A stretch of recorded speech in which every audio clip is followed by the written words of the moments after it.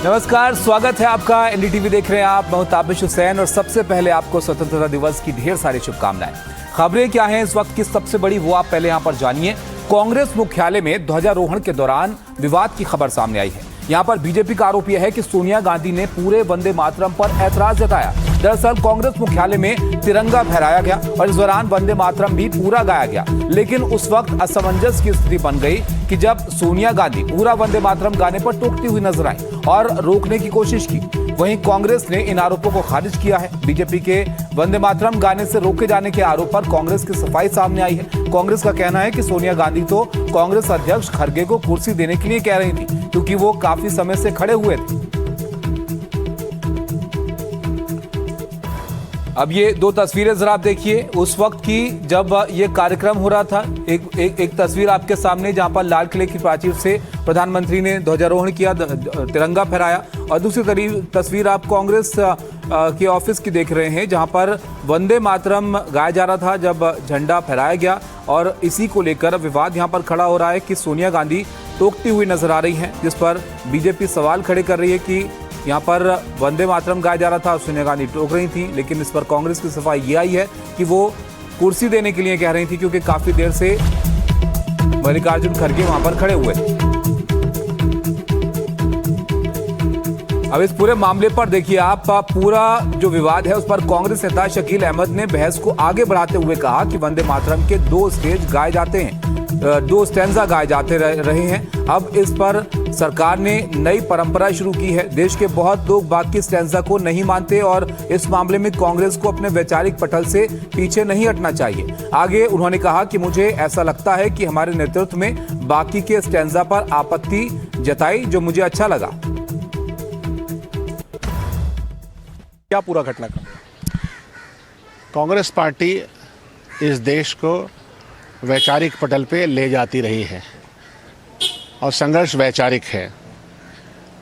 यह वंदे मातरम का यह टुकड़ा जिसको के बंकिम चंद्र चटर्जी ने लिखा आनंद मठ से, उसको उठाया गया।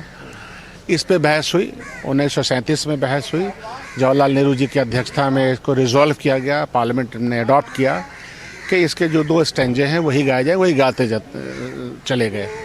अब नई परंपरा शुरू हुई है, पार्लियामेंट ने उसको एक्सेप्ट किया, आज की मौजूदा सरकार ने उसको एक्सेप्ट किया है। लेकिन इस देश में ये लड़ाई तो परंपरा, विरासत और विचार की है। वैचारिक तौर पर इस देश में बहुतायत लोग ऐसे भी हैं जो और स्टैंजर्स को नहीं मानते हैं और उस पर एक रिजॉल्व किया जाता है। वो रिजॉल्व किए हुए मैटर को उठाया गया है। तो कांग्रेस पार्टी को अपने वैचारिक पटल से ज़रा सा भी पीछे नहीं हटना चाहिए। ये व्यक्तिगत तौर पे भी मैं कह रहा हूँ और हमको लगता है कि इसका मैनिफेस्टेशन भी होगा और हुआ भी है। लेकिन कहाँ हुआ ये? तो आज तो पूरा वंदे मातरम गाया गया। सब लोगों को महसूस है, मीडिया को भी बात पता है। हमारे यहाँ जो शीर्ष नेतृत्व, इसीलिए वो नेतृत्व इतना पसंदीदा है मुझे, तो इसलिए वो पसंदीदा है कि वो सच को सच बोलता है। और लड़ाई तो भारतीय जनता पार्टी के उस विचार से है। वही शकील सर, आप लोग वहीं पर मौजूद थे क्या? कांग्रेस लीडरशिप ने इसी वजह से बीच में हर आदमी ने अपने अपने तौर पे इंटरप्रेट किया है और मुझे ये लगा कि मेरी लीडरशिप ने इस स्टैंजा को लेके किया, ये मुझे लगा। और लोगों का अपना अपना इंटरप्रिटेशन हो सकता है और मुझे जो लगा तो मुझे अच्छा लगा। इस पर सवाल खड़े किए जा रहे हैं हम सोशल मीडिया। मैंने कहा ना कि ये किए जाएंगे और किए जाने चाहिए। इस देश में मैंने कहा वैचारिक पटल पे संघर्ष ही विचार का है। किस विचार से देश चलेगा, इसी संघर्ष का नाम है। तो कांग्रेस पार्टी की विचारधारा भारतीय जनता पार्टी की विचारधारा, आरएसएस की विचारधारा से अलग है और वो प्रतिलक्षित होना चाहिए। कि सरकार बनेगी तो आप ये पलट देंगे, ये जो पूरा समय जाएगा क्या होगा नहीं होगा, लेकिन जनमानस को तैयार करना पड़ेगा कि जनमानस की क्या विरासत है। अंदर में भी इस बात को लेकर चर्चा हुई, कार्यक्रम खत्म होने। मैं उस चर्चा में नहीं शामिल था, आपने मुझसे पूछ लिया, मैंने कुछ चीज़ें वहाँ देखी, मुझे अच्छी लगी, तो मैं अपने सोनिया जी और राहुल गांधी को इस बात के लिए कांग्रेचुलेट करता हूँ। शुक्रिया शकील अहमद खान साहब हमसे बात करने के लिए। दिल्ली से अपने सहयोगी अरुण नेगी के साथ मैं जैनेंद्र, एनडीटीवी इंडिया के लिए। तो देखा आपने, कांग्रेस की तरफ से तर्क दिया जा रहा था उससे अलग तर्क देते हुए यहाँ पर शकील अहमद नजर आए। उन्होंने कहा कि 2 स्टैंजा गाए जाते रहे हैं और अभी ये देखिए आप तस्वीरें उस वक्त की हैं जब ये कार्यक्रम वहाँ पर चल रहा था और सोनिया गांधी कुछ कहती हुई यहाँ पर नजर आ रही हैं। और इसी बात को लेकर ये पूरा विवाद यहाँ पर खड़ा हुआ है कि जब ये कार्यक्रम यहाँ पर चल रहा था उस दौरान सोनिया गांधी क्या इशारा कर रही थी, किस बात के बारे में यहाँ पर वो कह रही थी।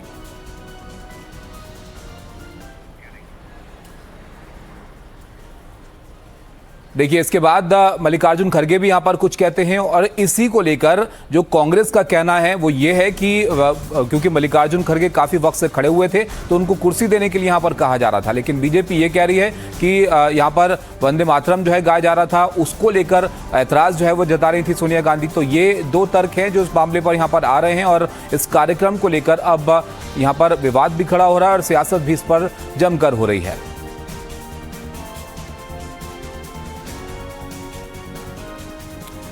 वहीं देखिए इस पूरे मामले पर बीजेपी ने सवाल उठाए हैं। बीजेपी नेता शाहनवाज हुसैन ने एनडीटीवी से खास बातचीत की जिसमें उन्होंने कहा कि कांग्रेस दफ्तर में वंदे मातरम गाने से रोका जाना बहुत दुर्भाग्यपूर्ण है। कांग्रेस सरकार में भी वंदे मातरम गाने से रोका गया था। साथ ही उन्होंने कहा कि राहुल गांधी और मल्लिकार्जुन खड़गे का स्वतंत्रता दिवस समारोह में शामिल होने के लिए लाल किले पर न जाना बहुत ही दुर्भाग्यपूर्ण है।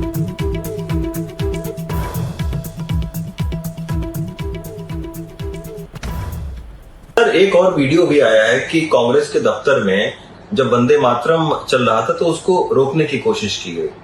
उस पर आप लोगों का क्या कहना है? देखिए, जिस तरह से कांग्रेस के दफ्तर में वंदे मातरम का अपमान हुआ है, उसे रोकने की कोशिश की गई, ये दुर्भाग्यपूर्ण है। कांग्रेस ने 50 साल हुकूमत में रहकर वंदे मातरम पूरा गाने नहीं दिया।